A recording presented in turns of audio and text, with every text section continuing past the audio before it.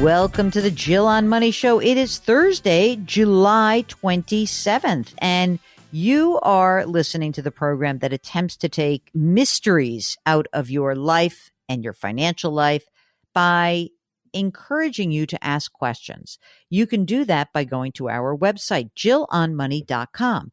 When you get there, you click the Contact Us button, you write down a question, and we would be really happy to have you join us on the air if you would be okay with that. You can always change your name and a few facts just to maybe not put it all out there for the entire universe to hear. Maybe you're worried that ChatGPT is going to recognize your voice. You know, all those things. Oh, by the way, Mark, I did ask for ChatGPT to write a blog post for me, and they did pretty well. It was like 70% correct. Thankfully, it's 30% wrong, so that's good. But it did sound a little bit like me. It's very weird. And it was fast. You know, I'm hoping to replace myself eventually, but not for a few years. This would be good news for you, Mark, by the way. Did you ever consider that? The ChatGPT could really extend your career? You know, Amanda was playing around with that the other day. She had to ChatGPT do like a proposal pitch. And? She was alarmed. It's wild. And it happens so fast that it's created so quickly. That's the part that's amazing. It's like, okay, I get it that maybe a third of it is going to be off. Have you played with it at all, Mark, or not? No, I have not. But Amanda, like I said, Amanda did it the other night to do a pitch. And I think she was thinking about her job security. Yeah. Well, I mean, the thing is, in her world, the pitch is one part, but sitting with the client is a much bigger aspect. So I think that there's something to be said in terms of having, where you have a career where you have to do things like that, like put a pitch together, write a brief, for me, write a script. But, you know, it's kind of nice to have the bones of the script done and then go back and be like, okay, well, now what? So I think that that's kind of, to me, it feels like that's the great upside for it. The problem is that it probably means that you don't have as many entry level or even like, you know, let's think about all those people who are 3 to 5 year consultants who have been doing those pitches for the senior people like Amanda. That might be a job that doesn't exist. I don't know. Maybe you need them to get to her level anyway. I'm not sure. It's going to be very interesting. Very interesting. Anyway, go play with ChatGPT because it is fun. Oh, one of my friends at CBS, one of the guys who's a very cool photographer there, he did use like that image creation and he thought it was funny. He showed me this thing. It was like, I wanted to put in something Pride March because he was going to make me like a little Pride March, something to use.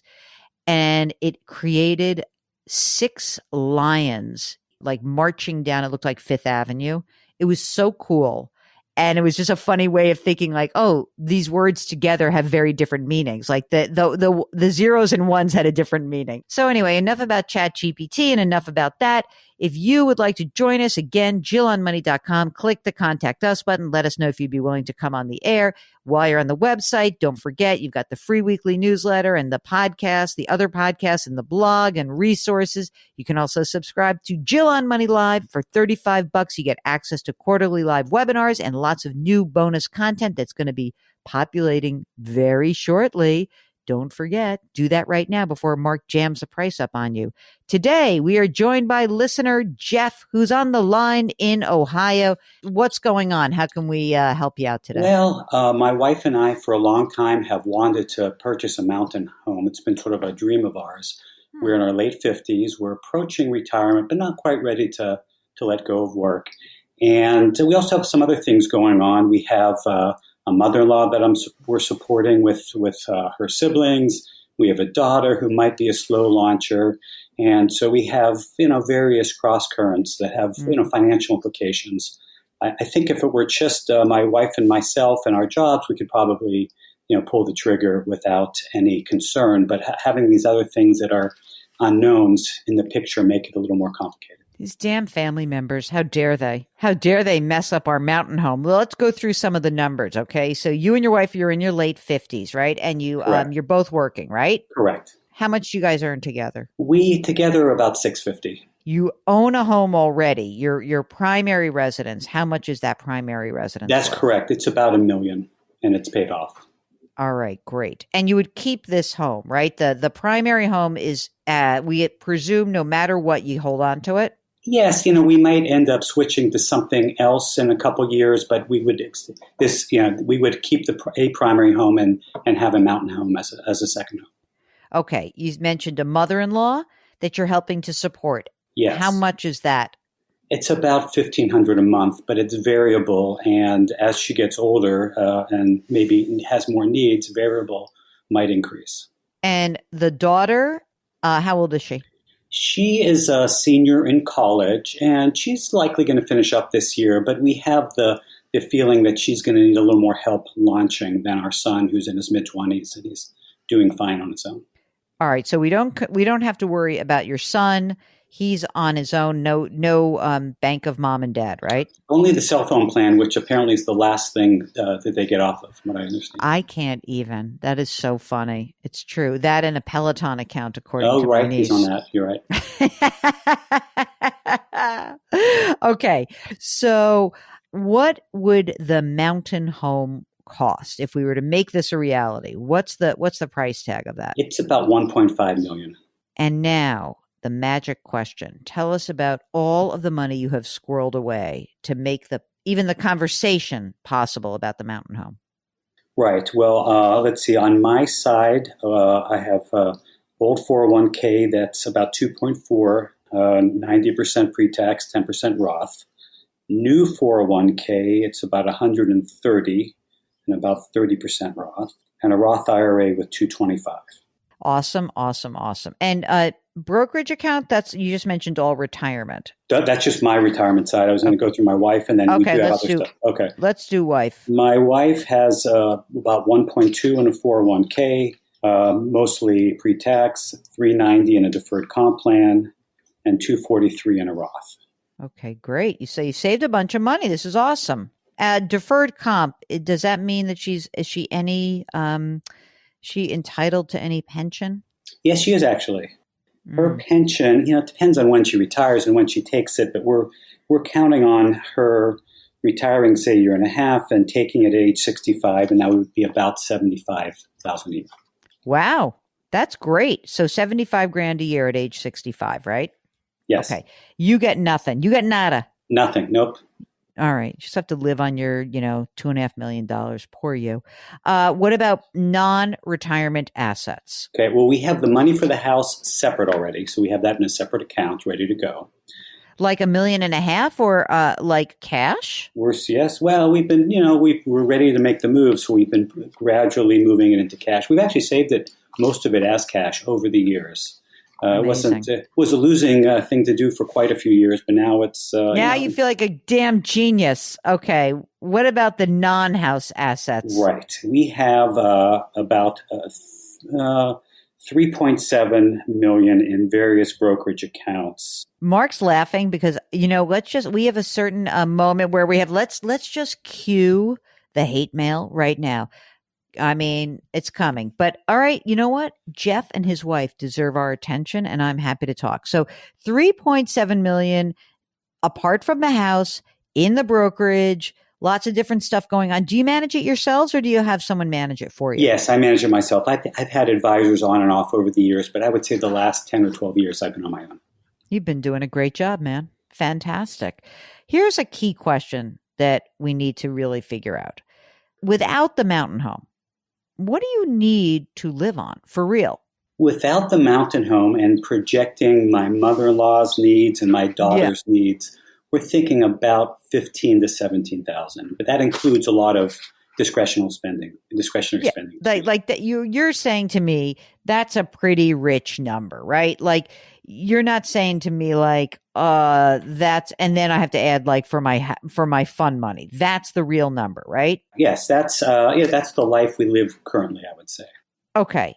And if we were to add the mountain home, obviously there's some maintenance and taxes. Absolutely. What do you think that adds to the mix? I'm a little worried about that, but I'm thinking about $2,500 a month. Let's say 3. Okay. Let's say that you need $20,000 a month. Let's make this a fat number. That's the number I was thinking, actually. Okay, good. So if you need $20,000 a month, How much longer are you guys really going to work? I say that I'm working for 3 more years, but it's a rolling 3 years. So if you asked me last year, I said 3 years. You asked me the year before, I said 3 years. You asked me next year, I'd probably say 3 years. I actually like my job and I like working. By the way, I like you working also. I am in my career 2.0. I've done my great money reset, to plug your book. That's great. That's awesome. So, and your wife, not so much. Like she's ready to kind of pull the trigger. She likes working. I don't see her not working, but we can't figure out exactly what she's going to do next. We don't have visibility how she can transition her career into something that she's still going to like, but gives her the independence to have more time off and to be remote, which is the goal. Yeah, totally. But in your job, can you be remote? Yes, I'm 100% remote. I can work that's awesome. Okay. So what do you earn? Just you. Let's forget her for one second. I'm about half of that. I'm about 320. So if you looked at your 320 and you kept doing that, I don't know, so you're 62. What are you, like 57-ish? 58. 58. Do you think you could do this for 5 more years, or you really wanted to look at 3 years? Oh, yeah. No, I would do this indefinitely, so long as conditions don't change. I like my boss. I like my coworkers. I like the organization. But, people change, cultures change, and, no kidding. I recognize that's a possibility. All right. And what's your your Social Security benefit? Give me do you have your 70 and your full retirement age? Yeah, if we're both about the same. If we were to retire now and take it at 70, it would be 4,200. If we, I guess, worked a few more years to fill a little more of those buckets, I think we max out around 4,500 each. All right. So 9,000 that comes in from Social Security, plus, thank you very much, your wife's pension. It's kind of cool because right there you've got 180 of your 240 need, right? You've got a nice, that's pretty healthy. Of the 240,000 that we need, you have 183,000 that's coming in. It's taxable. So, right. Let's say that it's, let's knock that down. Let's call it 120. Let's say that you need another 120 a year. Okay. Net to you. Since I'm going to pretend that the house fund doesn't exist and we've bought the house, I don't see how this is not an easy decision for you. What is holding you back? I think that, I've gotten used to having a large nest egg. And part of my decisioning has always been, well, yes, we have the income now to support it, but what if something happened and we were both not employed or not employable, which probably sounds ridiculous to you, and maybe I need a therapist, not a money counselor. But I've actually, probably for the latter half of my career, I've based my assumptions on being able to do what we do if neither of us could work. Yeah, but let's say that. Really, you're right. That is a smart way to consider that you want to be conservative, right? Correct. Okay. So even then, if you had the house to buy, okay, you pull the trigger on that. To some extent, it's like, it seems to me like you're treating it as if you've thrown it out the window. You still own an asset. I think about that too, because maybe 10 or 15 years from now, the capital in the house, we sell it and the capital comes back to our nest egg. Or if there's a change of fortune, we could always sell it and a lot of that money will come back to our right. House. That's, I guess, what I'm saying to you is that, like, I think that you're in your mind, you're playing like a little bit of a funny trick on yourself in that, you're like, well, that $1.5 million, it's gone. Well, you could sell one of the two homes. There's $1 million, or there'll be $2.5 million in real estate assets, right? Correct. And then there is going to be, forgetting even about the Roth. You have the money to do this. I understand that it's agonizing sometimes but you have almost $8 million by my count. So the idea that you would spend $1.5 million on a mountain home. For everyone listening, before you send the hate mail, just chop a zero off of everything we're saying. Okay. And now you can put it into your own terms. So you have someone who's making, the same kind of money, just chop a zero off. And all we're talking about is the anxiety that we all feel when we make big decisions and we're scared about those decisions.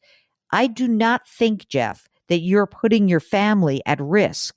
And I think that if you feel like you want to do this, I would be like, God dang it.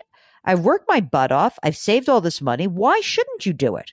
I mean, what's the case against doing it? So the money can pile up and you leave it to your 2 kids? I mean, yeah, that's fine. But like, don't you want to do this? Let's do it. Absolutely, I want to do it. I guess I need some validation from someone who, understands the money picture. I have just had this conversation with people a lot. Okay. And again, it may not be 8 million. It might be 800,000. We just talked to this woman earlier this week who's talking about like, I could buy a tiny house for this much money. And like, sometimes we could just like get into this, a little bit of this circular thinking. In your case, I think what you're doing is you're being really smart and you're being as conservative as you can. That said, if you guys have been dreaming of doing this, what are you waiting for? What are you waiting for? The money is not doing anything for you. I mean, I'm happy you have, $3.7 million in a brokerage account, $1.5 million in your house fund. You could just let that $1.5 million sit there. You will not spend it. You will not spend it. To me, you have put yourself in the place to make this decision. The only thing that might happen is you're like, oh, I don't like running 2 households. Big deal. Sell one of them. Yeah, I do worry about that actually, but that's a non-financial issue. That's a different. Yeah, we can hire your daughter. We can launch her right now. Right. How would you like to be a property manager? We're going to show you how to do that. Jeff, I want you to take a deep breath. I want you to go talk to your wife and say, I talked to Jill and Mark. We proven to ourselves, and now they have validated that we can afford to do this. If something changes, if all of a sudden your mother and your daughter need $10,000 a month together, then sell one of the houses and you'll help them. Big deal. These are things, these are assets. You are not throwing money out the window. You can do this. Okay. I feel comfortable with this. Now, do you have all your estate documents done? Mark, don't you feel like Jeff's the kind of guy who has all of his estate documents done? Yes, of course. Yeah, of course he does. Of course he does. Let's get Jeff's daughter a job. Then you'll feel relieved, but you're in great shape. You're in great shape. Is there anything else that we can help you with? Nope, you helped a lot. We're going to pull the trigger. I'm so psyched. I love it. I love spending other people's money. It's so good. It really is. You know what? And I'm going to tell you the truth, Jeff. I bought a second home in 2010. I did the exact same thing that you're doing. I made every single assumption. And my girlfriend said, okay, I said, well, let's pretend we both make half as much money as we're making. She's like, no, let's pretend you never get another job and I make half as much. Like we did all of those spreadsheets and I still proved it to myself and it was still scary at the closing. But you know what? Best thing I ever did. Best thing I mean, besides my dogs, of course, but best thing I ever did. And I cannot emphasize how much of a difference it has made in our lives. So I wholeheartedly encourage people, if you're dreaming of doing something and you've proven it yourself and you just need another set of eyes on it, we're happy to help you. Give us a shout. Go to JillOnMoney.com, click the contact us button. Do let us know if you would be willing to come on the air. We'd love to have you. Don't forget that all of our content lives on the website at JillOnMoney.com. You can subscribe to the new service. You can buy the book. You can get the free weekly newsletter. All that fun stuff is there. Oh, God, this is such a great call. I love it. Put your hands metaphorically on someone's back. Please don't send hate mail on this one. Really, he sounds like a nice guy. Change your work, change your wealth, change your life. Thank you for listening. We'll talk to you tomorrow.